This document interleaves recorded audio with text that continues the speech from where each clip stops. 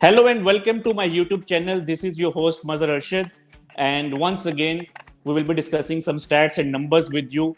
And our guest today is one of the best spinners in the history of cricket. He is a World Cup winner. He is a Champions Trophy winner. He was ICC Test Cricketer of the Year in 2016, and he is the fastest to 300 wickets in Test history.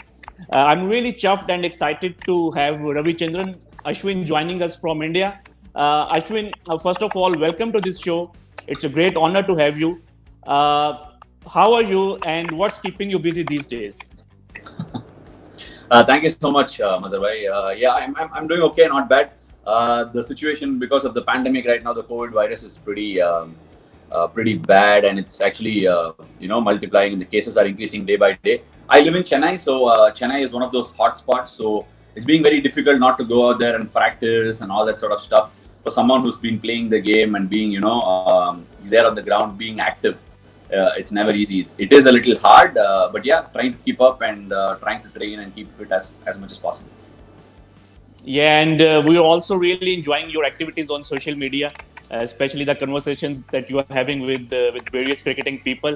So, Ashwin, I will start this interview by taking you 18 years back when you were an under 17 cricketer. A lot of people find it surprising that you were an opening batsman and you even scored a century in that Vijay Merchant Trophy in 2002, playing for your state team. But right now, I mean, even though you have four Test centuries and you are a decent batsman, but you are mainly known for you are mainly seen as a bowler. So tell us about this journey. I mean, from being an opening batsman to a frontline bowler. In fact, in the Vijay Merchant Trophy, I had a double hundred as well. So that's that because I got a 212 or 21 against Hyderabad, and that's what got me to play for under 17 India as an opening bat. And for me, batting came very naturally. I enjoyed batting more than anything else. I used to bat a lot. I used to open the batting for my state till the age of 19. And then all of a sudden, one fine day, what happened? We were at the National Cricket Academy, and I was captaining one of those National Cricket Academy sides, and I started bowling because my team was struggling to get wickets, and I picked up 7 wickets. And everybody at the National Cricket Academy started saying that I should bowl a lot more. In fact, Venkatesh Prasad, then the under 19 Indian team coach, helped me and also told me that I must be concentrating a lot more on my bowling. I must work on it. And I came back home. I came back to Chennai. We have a club structure here. And similarly, in one of those games, I was playing as a batsman. And the team was struggling 230 for one or something. We were defending 310 in a one innings game. And in a 3-day game. And all of a sudden, from 230 for one, when I started to bowl, I picked up six wickets and we got the lead. So from there on, my career sort of shifted. But what really made me get my attention towards bowling was the fact that because I had been a batsman, I always thought as a batsman when I had ball in hand. So that really helped me. And Ashwin, you made your debut, I mean, Test debut in 2011 against West Indies. And if I'm not mistaken, at that time there was some sort of perception that you were a white ball specialist.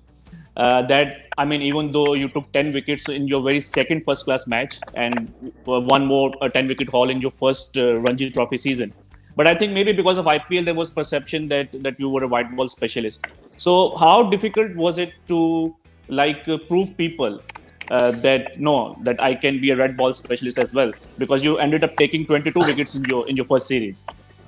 Look, I think there is a popular saying which goes, "Curiosity killed the cat." Likewise, I think perception kills cricketers. A lot of people have perception on a certain particular cricketer, and they will never let themselves change their opinions or perceptions about cricketers. So many people, like you said, they had the perception that I was a shortest format bowler, white ball specialist, etc., etc. But that was because IPL was the biggest stage available for a domestic cricketer to showcase his skills. Having said that, I had a great IPL. I picked up I'm not sure how many wickets I picked up, but it was not like bucketfuls. But I was very, very good opening the bowling with the new ball and all that in 2010. But for me, the basis of playing cricket started at learning school in club cricket in Chennai, and then finishing with first class cricket playing for Tamil Nadu. So when I played first class cricket for Tamil Nadu, I took wickets by bunches. Like I used to pick 6, 7, and so on and so forth. And 10-wicket hauls were coming thick and fast. I was making runs with the bat. So for me, all along, growing up as a youngster, it was all about playing the longest format of the game. My dad, my coaches, everybody told me that playing Test cricket is the biggest thing. So my entire game, be it bowling or batting, was fashioned around playing the longest format of the game. And that is why even today, I believe playing the longest format of the game really well will give you the best possible opportunity to even excel in 2020. But now power hitting has come, etc., etc. But you look at bowling. Bowling is a repetition sport. The more you bowl, the more accurate you are, the better you are. So I think if you're mastering the longer format, the shorter format becomes easier to adapt. And Ash, that first series of yours, it had a very interesting ending. The last Test match in Mumbai, all eyes were on Sachin Tendulkar because he was looking for his 100th century, and I think he got 94 in the first innings, where you scored a century. And but what reminds us is that last over, where, as the cliche goes, that all four results were possible. And I think you faced the last two deliveries with India needing 2 runs to win. What are your memories of that over? See, look, I was pretty young into international cricket, a debutant, so to say, a very very young player inside the team, and I had come and started putting in great performances. I won the Man of the Match award in the first game. It was sort of a very crazy month for me. Then I got married. Then I went back to play the Test match immediately after my marriage. Then we won that second Test. Went to Mumbai. We had a long bowl. West Indies made about 500 runs in the first innings. Then we were sitting inside, and all of a sudden we had like a collapse. And then when I went in and made 100. So whatever I touched was literally turning into gold. And in the final innings, when all of a sudden we looked good to chase, and all of a sudden we had a collapse. Marlon Samuels picked up a couple of wickets, and then I found myself batting with a tail. It was very interesting because I had 100 in the first innings, and the second innings I was again batting well. I was on 20 odd. I can't remember exactly how much, and I was left with, I think, Varun Aaron at the other end, and I think it might have been 2 balls, 2 runs to get or something, and we had 2 wickets in hand. So I didn't want to risk going for a big shot, and then the next batsman coming in and getting out, and we could lose the Test match from being in a position of strength. It was not even a 50-50. So I blocked that ball from Fidel Edwards because it was reverse swinging nicely. So the chances of a number 11 getting out then was pretty high, which is a calculation I just put in my head. It was all coming from how much first class cricket I played and whatever I believe was the right decision to make. And I still believe it was one of the right decisions to make. And when I hit the ball to long on, it really went, quick and straight to the fielder. So the chance to turn for a 2 was not there.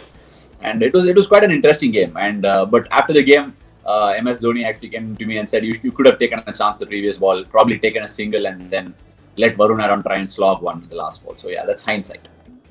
Yeah, and it ended up being only one of the 2 Test matches in history which was drawn with scores leveled. As you said that whatever you were touching was turning into gold, and you ended up being a man of the series. I mean, the perception that you were not a red ball specialist and then a man of the series, and it didn't end there. I loved working on this stat that the first 8 series India won after your debut, you were man of the series in 7 of those, and no Indian player has received more series awards than you. How do you look at this stat? Look, I don't think you really plan for such decisions to come your way. But when it came to Test cricket, a lot of those awards came my way because of the kind of performances it was having on the team's victory and team's causes. And second of all, I was batting down the order and making a lot of crucial runs, which really adds to the adds to your numbers and adds to the value you bring to the team in a particular game and a series. So for me, it was all about trying to contribute. I really dwelt on my bowling a lot. I enjoyed bowling and thinking like a batsman, but when I went on to bat, I enjoyed it because I had the natural ball striking ability. The hand-eye coordination was very good. So I used to enjoy my batting, and then because I understood the game pretty reasonably well about the situations of the game and what to do and what not to do and all those sort of things, I generally put common sense into the way I played my game. So I think the Man of the Series awards was more coincidental rather than me looking to go after them. I put myself in such situations more often than not, and I enjoy the big stage. So it's just what rewards have come my way because of these, enjoying the game and having the right decision making frame when I go out there on the park and take decisions on my own. Ash, I can totally understand that most of the cricketers, they don't go for stats or records or numbers. But I just wanted to ask that, I mean, as you are the fastest to 300 wickets, So how much does it motivate you as a player? I mean, breaking the record of the great Dennis Lilly, how much it motivates you as a player? Look, I mean, you do want to when you say you played a game, you've done with it, whatever be it, not just a cricketer in any career that you chose. You should, when you hang your boots or when you're done, you should feel good about yourself, right? So for me to say, if you look at, let's say, a butterfly or an ant or something, they have a very short lifespan, right? But they try and make an impact. When you watch a butterfly, you say, wow, so beautiful. So likewise, even if it's one game that you play, I think you should leave a lasting impact on that particular game. So for me, it is more like, whatever I do, I must do it really well. Look for excellence and look to be the best on that particular day or particular game. So motivation is not numbers. Motivation is definitely not trying to surpass one's records. Those are all coincidental. Like I said, it just happens. If you can't target it and achieve it. And every single time I walk out to the park, I want to pick up a 5 wicket haul. I want to take that match ball with me back home, and those are the sort of things I really enjoy. I really enjoy pursuing excellence, and it also, playing cricket in India is more competitive. So you have to be excellent in order to even sustain or survive for a longer period of time. So excellence is something that's got me all those rewards, and that's just my thinking pattern. And as you already have 365 wickets in Test cricket, so but as you said that cricketers, they don't plan for records or milestones, but still, like, do you have any sort of goal in your mind, like I will end up being like highest wicket taker in Test history, or I will get 500 wickets or something like that, or 600? Look, there was this really one phase where when I from about 2015, 2014 to about 17, 18, where I was really, really, delivering the goods. When I bowled, it'll be wickets, and then I went through this injury phase, and from 2018 to about 2019, then I got left out from the one day side and all that. So it was quite a setback for me. But in the larger picture that I would like to see is not look at numbers or to achieve anything, but I want to be excellent, right? I want to showcase whatever I did back from those 2014 to about 2018, 2017 time. I want to get back there, and that is exactly what I'm trying to achieve. Every cricketer goes through these purple patches in their lives. Ups and downs is constant of anybody's life. So is it for cricketers. So my motto at this point of time is to be really as fit as I can be. Try and put myself in the park and not injure myself, and really go after that white ball T20 sort of a comeback, and then probably get to the best possible bowling and batting form with the red ball. And that is something I focused on. It's a process, and I think I'm very close right now. In fact, I feel this off time has come as a blessing for me. Yeah, it will be great to see you back in white ball cricket for India. Ash, just one more question regarding stats and milestones. It's not about you. It's just a general question. Do you see any bowler, or do you think that there will be a bowler who can break Muralidharan's record of 800 wickets in Test cricket? Uh, I The I reason like I'm taking asking, questions and answers. yeah, one of So the I think reasons this I'm has to asking. be. I think this has to be the simplest answer that I can give. The answer is no. Yeah, is it because of the lack of Test cricket, or like players moving towards T20 cricket? Or...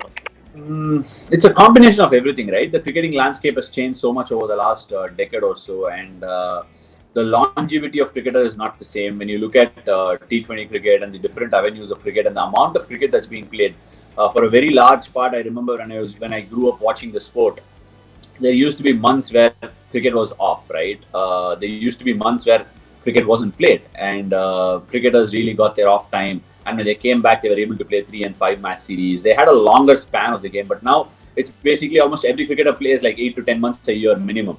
You're playing a first-class cricket, you're playing international cricket. If you're not playing all three formats of the game for your country, then you're going back and playing some first-class cricket.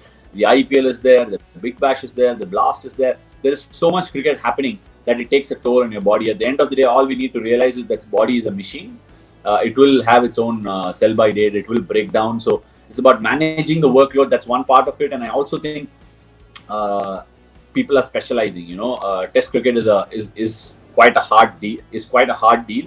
And to put the workload and put the kind of hard work that's required, let's say 50 cricketers are there, maybe 25 cricketers are willing to do that, and it's only natural because T20 game is far more rewarding financially than the other format.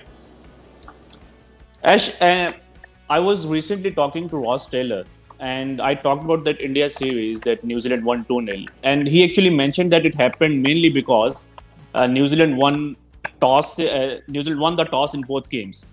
And if we look at numbers, I mean, in New Zealand or even in the subcontinent, I was like seeing that in the last 5 years, 76 times captains opted to bat first, and in New Zealand, 23 matches and twenty times they chose to bowl first. So, do you think that the toss these days it is playing a very crucial role in in the outcome of the match? It's a very interesting question that you posted. Yes, toss is important. You always bat first, and if you have a good batting lineup, you bat first. It's always an advantage. It's not today. It's been the same from it's the old adage, right? You win the toss, you bat first, even if there is a bit of a challenge in the pitch. Chasing is a lot of pressure. It's very common. It's human psyche. You play for 5 days, the bodies get tired, the mind gets tired. So obviously, lasting in the game till the fourth innings is going to be a challenge, and that's probably one of the reasons. It's an old adage, and it still holds good.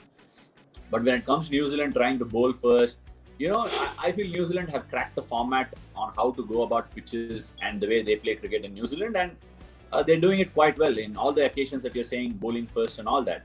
They've been successful and they're happy to take a gamble. And the World Test Championship gives you a fillip to take a gamble, and they did take the gamble. So full credit to them.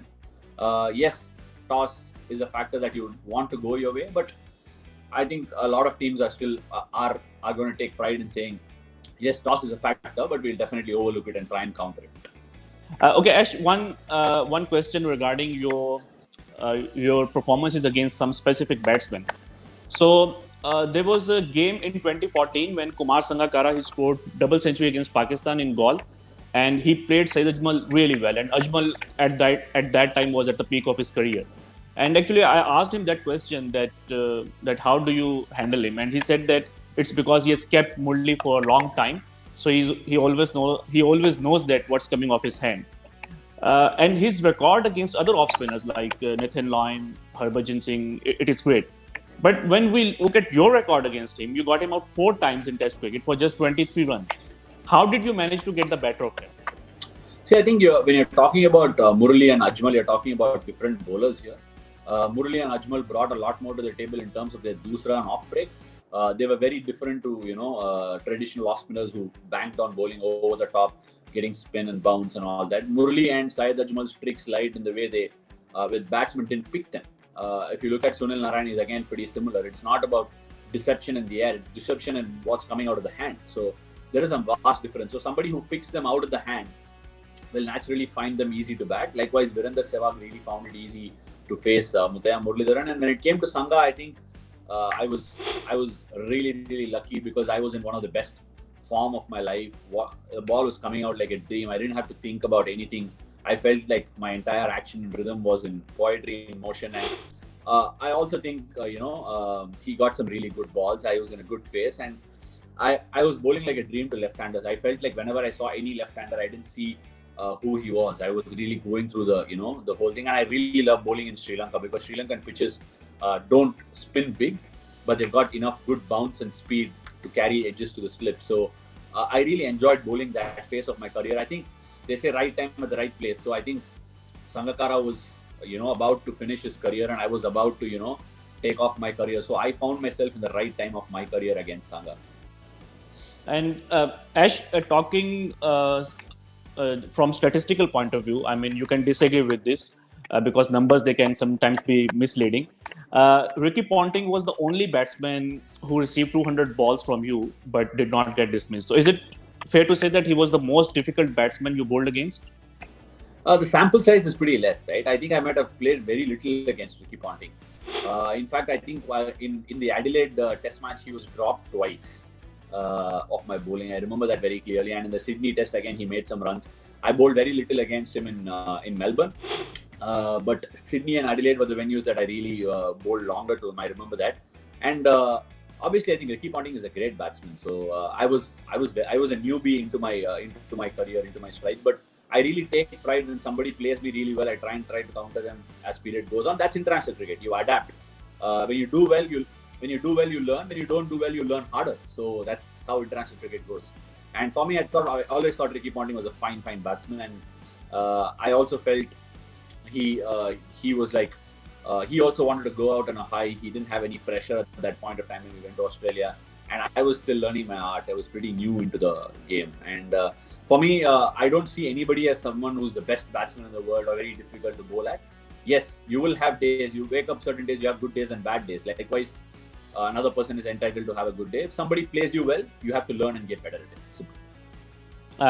Just a couple of more questions.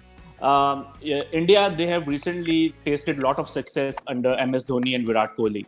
I mean, their achievements, they speak for itself. I won't ask you that who is a better captain. I just want to ask you that how different or how similar are Kohli and Dhoni as captains? See, I've answered this question several times, and it is quite natural from from a person wanting to know answers, and people also wanting to vote for their favorite cricketers. It's pretty natural that you ask that question. But for me, I think it's very unfair to compare people across eras or across their own skills. Captaincy is an innate nature of one's personality. Your personality comes out, and MS Dhoni dealt with a different set of cricketers. He dealt with different challenges. Virat deals with different challenges. So they have their own unique styles, and I think they're very good at what they do, because Virat is someone who's sort of a very go-getter sort of a person, sort of a captain. He thinks differently. MS Dhoni is someone who will not come forthright and say you got to deliver this, you got to do this. But he has his own style of he understands strength and weaknesses of every cricketer and slots them in there and thereabouts. And I think they have got success and failures in their own methods. But one thing that stands out with both of them is they learn from failures. So that's something that I really I've learned from them. Yeah, it's a very nice assessment of two great Indian cricketers. Ash, just one last question. I remember in 2016, you tweeted that you were looking forward to Babar Azam play. When I think he was on verge of scoring 3 centuries in a row, and you were traveling to Indore for that New Zealand series, I think. So, are you always like watching cricket when there is no like when you are not playing? Are you always watching cricket or talking about it or reading about it? Look, I enjoy the game. The game. I mean, for a lot of people, the game is work. A lot of people.